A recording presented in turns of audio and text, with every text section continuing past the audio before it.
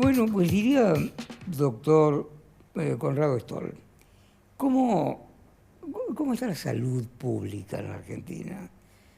Es una triste pregunta, está implícita en embrión, pero me gustaría saber las razones en todo caso, para adelantarme un poco. Ahí está, bien dicho.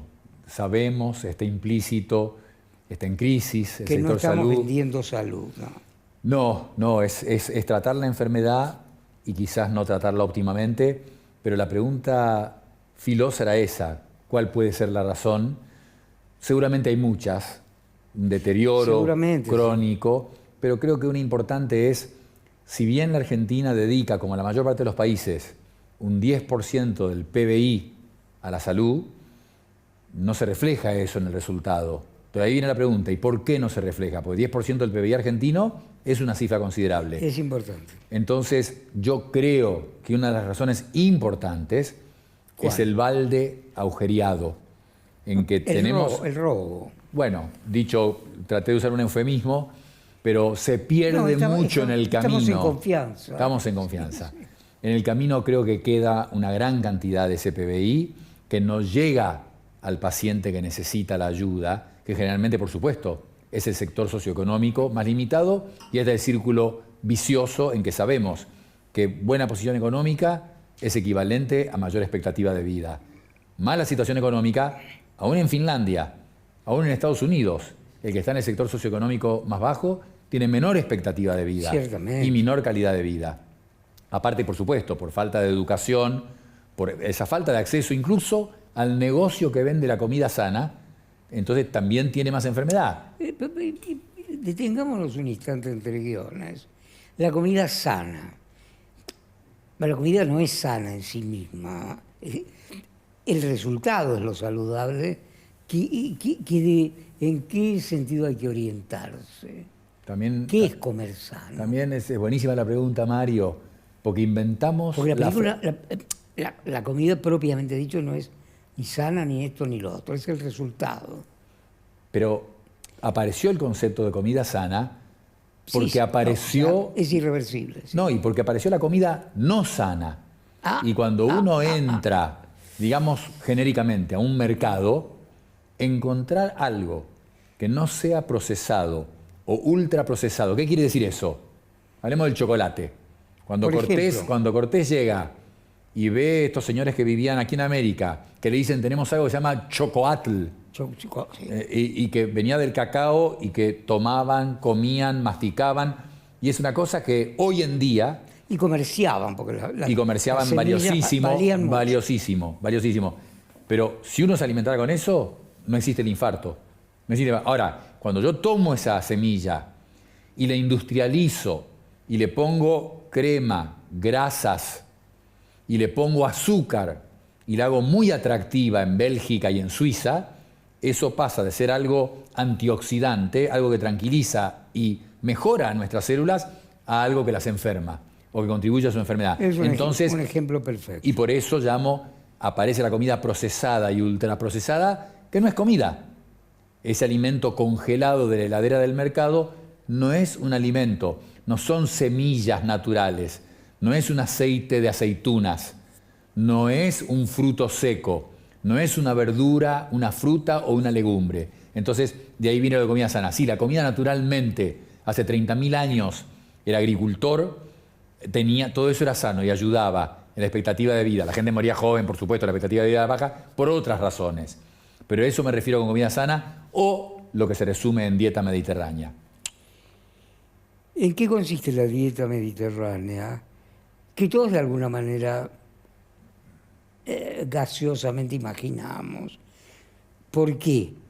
Porque, llamémosle de manera genérica, los franceses comen mucha manteca, cosas de elementos grasos y qué sé yo, sin embargo tienen bajos accidentes y bajos problemas cardíacos, circulatorios, etcétera, porque en el sur, hacia la Occitania, se emplea la dieta mediterránea, ¿no? Y en muchos lugares más. Cuidado con lo de gaseoso, entendí la metáfora, pero no digamos gaseosas porque la única gaseosa aceptable es la soda. Bueno, todas las demás hacen mal. No, quise usar la metáfora, vagamente. Quise pasar la propaganda. Entonces, como metáfora era bueno. Pero Mediterráneo, claro, suena obviamente al mar Mediterráneo, pero en Okinawa, en Japón, es una comida mediterránea. En Costa Rica, en Icaria, en Grecia, en Túnez, en California, en Cerdeña, todo eso es fundamentalmente fruta, verdura, legumbre, carnes blancas, aceite de oliva, frutos secos, punto. Eso es lo que llamamos comida sana, la comida que no ha estado industrializada, la comida natural, sin procesamiento. Sí, es sencillo, pero es difícil revertir el otro lado de la medalla, la industrialización, el procesamiento, los agregados para que no se descompongan los productos, etcétera, es aterrador. Tan difícil que los lugares que yo nombré antes, que son los lugares de dieta mediterránea, sana, y que son los que tienen mayor expectativa de vida en el planeta, y que se llaman las zonas azules, tan difícil es revertir eso, que esos lugares ahora están revirtiendo ese beneficio. ¿Por qué? Porque los chicos que nacen en Okinawa quieren comer la caja de cereales, quieren comer las golosinas, quieren comer el helado ultraprocesado. Entonces, o la comida occidental, trampa, o la cadena de comida rápida les gusta. Entonces caen en la trampa y se revierte eso de la protección que daba esa comida. Okinawa, claro. Y amigos japoneses, amigos que tienen restaurantes de sushi, verdaderos, sostenían que Okinawa era como lo más recomendable. Eso es irrelevante, pero el pescado crudo, etcétera, etcétera, etcétera, era muy, muy corriente y común. Aunque creo que en realidad lo que llamamos sushi proviene de China. Pero sushi proviene de China, se adoptó muchísimo en Japón, no tiene tantos años como la gente piensa. A Estados Unidos entró en los 80, es el pescado, el pez crudo o cocido y mucho de vegetales, y el tofu y varios probióticos. No solo el pescado, Okinawa, el lugar más intensivo, aunque todo Japón tiene una expectativa de vida de 85 años. Es la más alta del planeta. Es Japón en su conjunto, el país en conjunto, junto con Italia, y después vienen los países europeos. Y se llama la atención, por ejemplo, que un país de alto ingreso como Estados Unidos tiene una expectativa de vida de 76 años, lo cual rarísimo. Es pobre, sí. Rarísimo. Claro. Malo. Hay gordos, muchos. La mitad de la población, obesidad, exceso de peso, obesidad y diabetes. ¿Cómo te mantienes en forma así? ¿Llevas un método? Haciendo los deberes. Haciendo los deberes. A ver, hay un componente genético, obviamente, por una tendencia genética. Pero digamos que muchas personas, después de los 50, 55 años, aunque hubiesen sido flacos en la juventud, ya ahí desarrollan aumento de peso, etc. Entonces, hay que adoptar un estilo de vida. Mario, no hay alternativa. El ejercicio no es opcional para ese estilo de vida saludable. El comer, volvemos a Japón, hara hachibu, comer el 80%, o sea, comer hasta estar lleno el 80%, no hasta decir no puedo más, algo muy argentino, no hasta la saciedad plena. Porque funciona mal el sistema de saciedad. Y repito, sí. Absolutamente, es hasta el 80%. En el otro extremo el agua, buena hidratación, fundamental la hidratación, porque tampoco el sistema de la sed funciona bien. Una vez que uno tiene sed, uno está deshidratado. Entonces, pero de nuevo, me preguntabas cómo, haciendo los deberes, ejercicio, una nutrición sana, mantener ese peso adecuado, porque uno puede tener el peso adecuado comiendo mal. Entonces, comer bien, pero dormir 7 u 8 horas, uno querría aprovechar las 24 horas del día, 25, pero hay que dormir 7 u 8. Eso no es negociable. El estrés, la meditación, que sonaba algo original y exótico hace 20 años, hoy sabemos que es ciencia y que disminuye cantidad de problemas emocionales y por eso contribuye a una mayor expectativa de vida. Socializar, el aislamiento, 1 de cada 3 personas en el planeta están solas, son solitarias. Entonces, la actividad social definitivamente también contribuye a la salud. Así que es hacer los deberes. Tan fructífera, indudablemente, porque aumenta la cantidad de personas que viven en soledad. Se afirma que en Estados Unidos muchos, pero que es una tendencia mundial. No, nosotros menos, el país latino, esa cosa de la familia, pero cuando uno en Europa, los países escandinavos en particular, Suecia, creo que la estadística era que la mitad de las casas, hogares, tienen una persona. Estados Unidos, lo decías muy bien, mucha soledad, las familias se separan, los chicos se van a estudiar a otra parte, se mudan a otro lado, es un país habitado en toda su extensión, no como el nuestro que tiene tanta concentración en pocos lugares. Así que no, sí, se desplazan constantemente. Sí. Totalmente. Pero esto es también, en cierto modo, lo que llamamos cultural también. Todo, ¿no? Todo es cultural. Todo es cultural. Hay filósofos un filósofo moderno, Haidt, que tiene un libro que en el título dice ¿por qué los seres humanos no podemos discutir de religión y de política? Bueno, es cultural. Es el sesgo de confirmación, es el hecho de que uno, sin tener todos los datos, a uno le presentan una idea y uno inmediatamente toma una posición. El cerebro de uno, así funciona el cerebro. El cerebro toma una posición y sacar a la persona de esa posición es muy complicado. Entonces, llegamos a su majestad del cerebro. Sí. Podés abarcar indudablemente una enorme cantidad, como un globo de la medicina que lo recorriera todo. Pero te has dedicado y estudiado, investigado y practicado acerca y con el cerebro, fundamentalmente. Desde las enfermedades, pasando por cómo funciona y funciona el intelecto de la persona, hasta la cosa exótica, digámosla de alguna forma, de la propuesta de Parrado en la tragedia de los Andes, en que la naturaleza ayudó a ese cerebro a que sobreviviera. Y bueno, el resto de la historia justamente está... He visto esta curiosa circunstancia.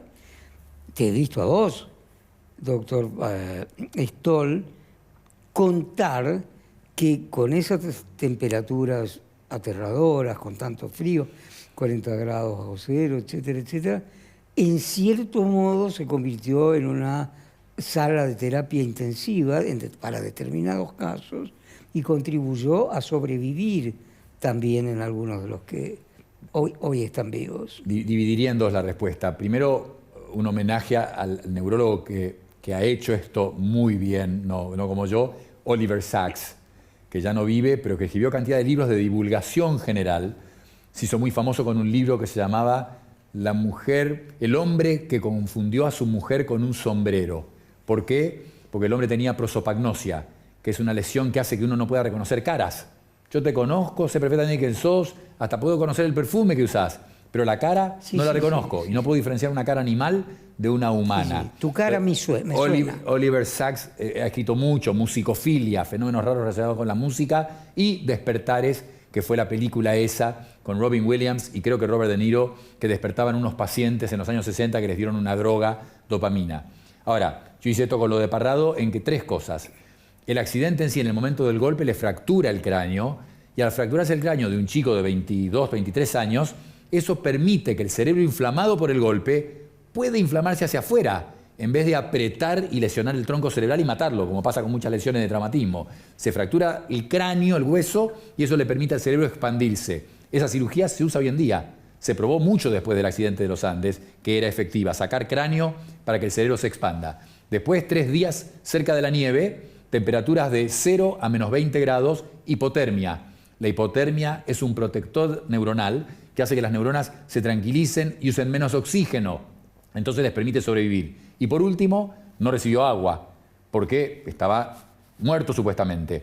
Entonces eso deshidrató al cerebro y los 4.000, casi 4.000 metros de altura que estaban, también deshidrata. Estar a 4.000 metros es como estar en el desierto. Entonces la altura lo deshidrató, no le dieron agua, se deshidrató, y uno de los tratamientos para el edema cerebral en un golpe es restringir el líquido para que no haya tanto edema. Entonces la fractura, la hipotermia y la deshidratación, la naturaleza se los dio en ese momento. La estrategia perfecta. Que no existía en una terapia intensiva en ese momento, en el año 72. Y con gran inteligencia advirtió que había ocurrido, que todos esos elementos eran los adecuados. Escuchándolo, de repente digo, ¿cómo sobrevivió este hombre? Y pensándolo, y se publicó en la revista Lancet, o sea, lo aceptó, pero estoy diciendo para que la gente sepa, No es que es un invento mío y se me ocurre decirlo, sino que lo publiqué, lo escribí y se publicó. La revista The Lancet, que es muy prestigiosa, lo aceptó Sí, para no, publicar. o sea, Lancet es como que va a misa, y eso es el prestigio mayor. Ahí está publicado, esta Pues, teoría. lo buscaré por Google. Lo mando. En tanto, un pequeño descanso. Vamos a cruzar las dos orillas del Mar Dulce con buquebús. Vamos a viajar por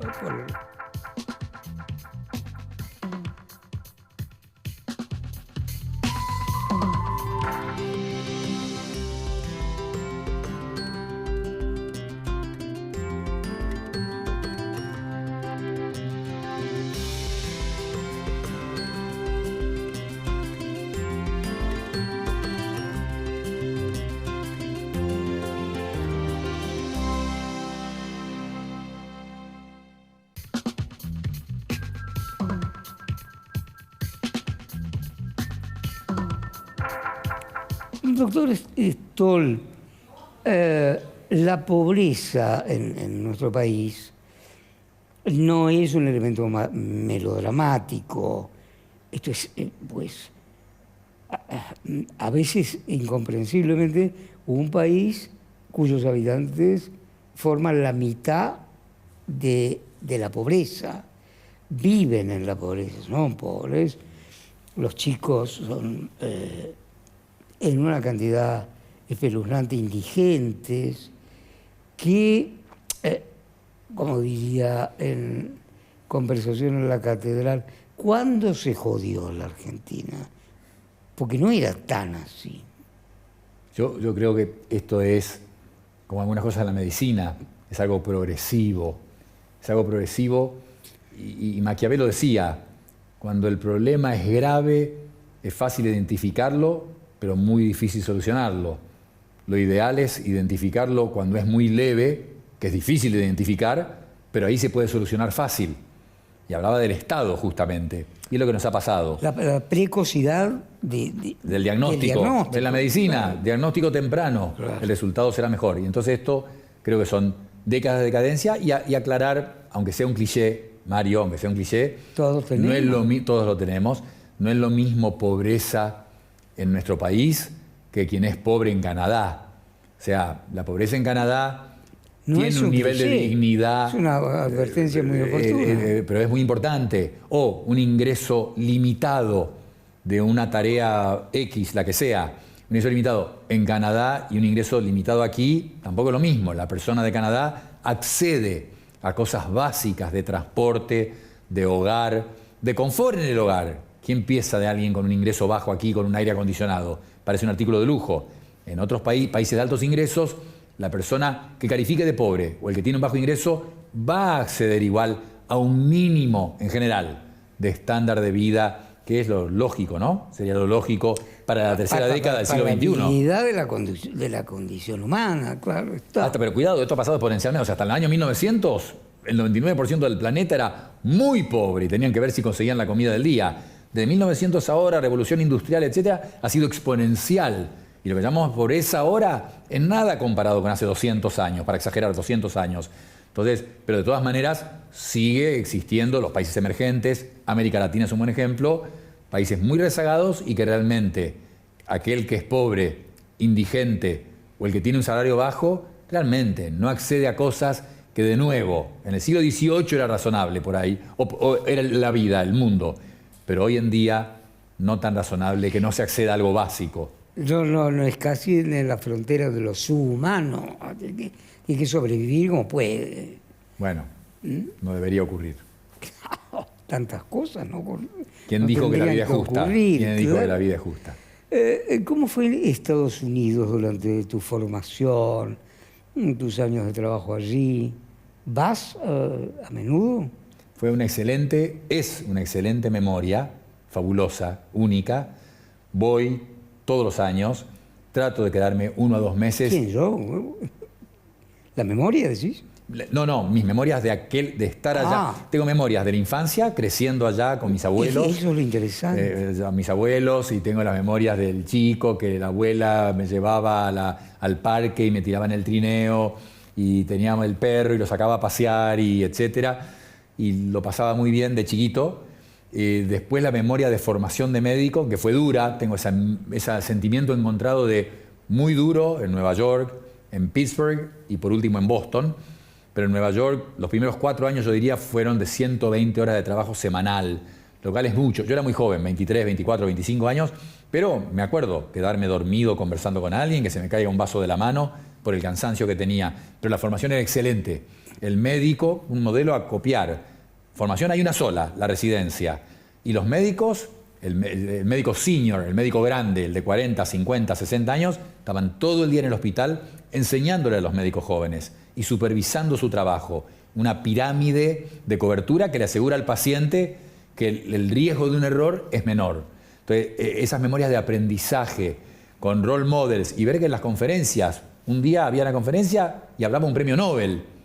Entonces, realmente uno joven quedaba impactado y maravillado. Estimulado. Estimulado, ver esos gigantes y uno estaba en el hombro de los gigantes. Entonces uno veía lejos, era joven pero veía lejos porque estaba en el hombro de un gigante, gigantes generosos, gigantes que lo impulsaban a uno, que no sentían que uno les pudiera hacer sombra, sino que al revés, se daban cuenta que mientras más impulsaban a los discípulos, más crecían ellos. Entonces fueron muchos años con muy buenas memorias de creer que uno es fundamental, es hacer el cimiento del edificio, la formación de un médico o de cualquiera. Entonces, una formación médica muy sólida, que después uno todos los años leyendo se actualiza, pero es crítico que a uno le hayan formado esa capacidad de juicio, de análisis para saber qué sí, qué no. Para el resto de la vida uno puede analizar la data científica y saber cuándo hay algo gris y cuándo hay algo claro que hay que hacer. Entonces, son buenísimas las memorias sin ningún tipo de duda en cuanto a haber vuelto a la Argentina,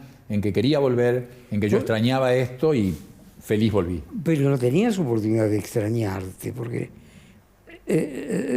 los años primeros fueron en Estados Unidos. Sí. Bueno. Pero de algún modo sentías que... cuando fui a la formación médica... Querías ir a otro lugar. En la formación médica yo había estado acá, en la facultad yo la había hecho acá, la carrera. Entonces ahí tenía un grupo de amigos muy grande. Entonces los amigos, la familia, mi familia que originalmente estaba en Estados Unidos, mis padres, volvieron a Argentina. Entonces, hermanos, la familia, los amigos y lo que decías antes, lo cultural. Realmente es muy, muy distinto esa relación social latina trascendente, con la relación americana norteamericana, que aún con los parientes es como más formal, más rígida, más almidonada. Ese calorcito, ¿no? Absolutamente. Esa tibieza. Es el sentimiento muy cultivado, en la Argentina particularmente, de la amistad, que no es exactamente lo mismo que el amor, digamos. Nosotros podemos ser amigos, pero a lo mejor nos vemos 2 veces al año, y sin embargo ese sentimiento y ese vínculo permanece. En cambio el amor, me referimos al amor, el amor que incluye el sexo, la compañía permanente, la convivencia, etcétera, etcétera, tiene que estar a prueba constantemente. La amistad no. Y uno lo ve, de nuevo vamos al cliché, con ver películas norteamericanas, uno se da cuenta de la amistad, que no va a haber nunca reflejado algo como cuando uno ve una película argentina o vive su vida acá, en que ellos no la pueden reflejar porque es otra cosa. El amigo allá es el vecino, porque el compañero del secundario, el compañero de la universidad, ya se mudó a 3.000 kilómetros, a otro estado, y uno no lo vuelve a ver si uno no ve a la familia. Qué extraordinario, qué atractivo es entender eso, que es en definitiva la gran Babel, porque tenemos que entendernos entre humanos, pero no es sencillo. Nada sencillo, y hoy lo vemos con varios ejemplos en el mundo, pero esto también explica, lo que estamos conversando, explica que en países emergentes, nivel de ingreso económico de PBI per cápita bajo, sin embargo los índices de felicidad, cuando vos medís felicidad, da alto, porque la felicidad queda clarísimo, se sabe, no viene por el lado del dinero. Una vez que están satisfechas las necesidades básicas, la felicidad viene por lo de la amistad, por lo del encuentro. Y acá por ahí la amistad tiene 60 años, de nuevo, no es el vecino que me tocó en esta nueva mudanza, sino que son los mismos de siempre, el barrio, no cambia. Claro. Otro estilo de vida. Otro estilo de vida.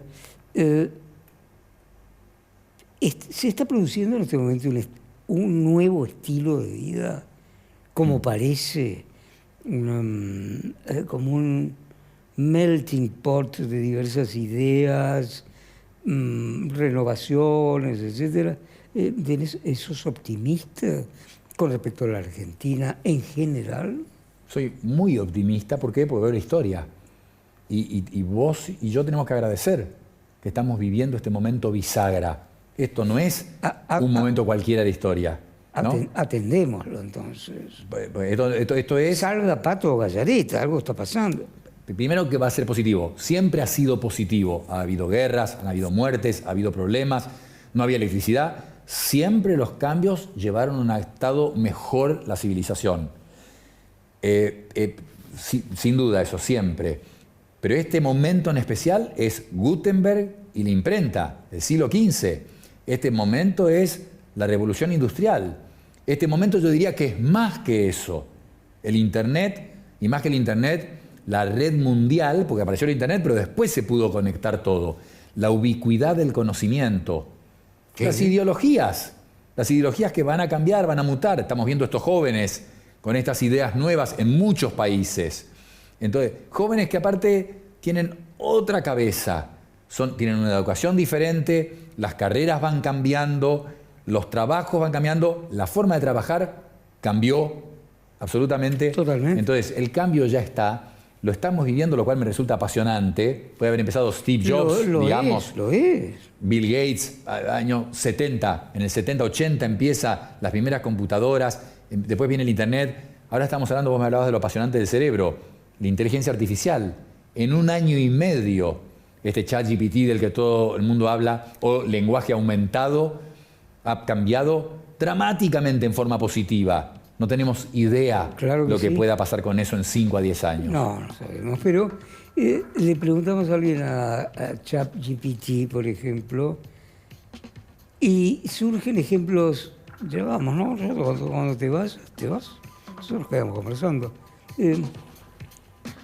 He visto un reel de alguna red, un periodista habla con una bot, linda, de aspecto, y le hace esa pregunta y una respuesta que me quedaron dando un poco, dando vueltas.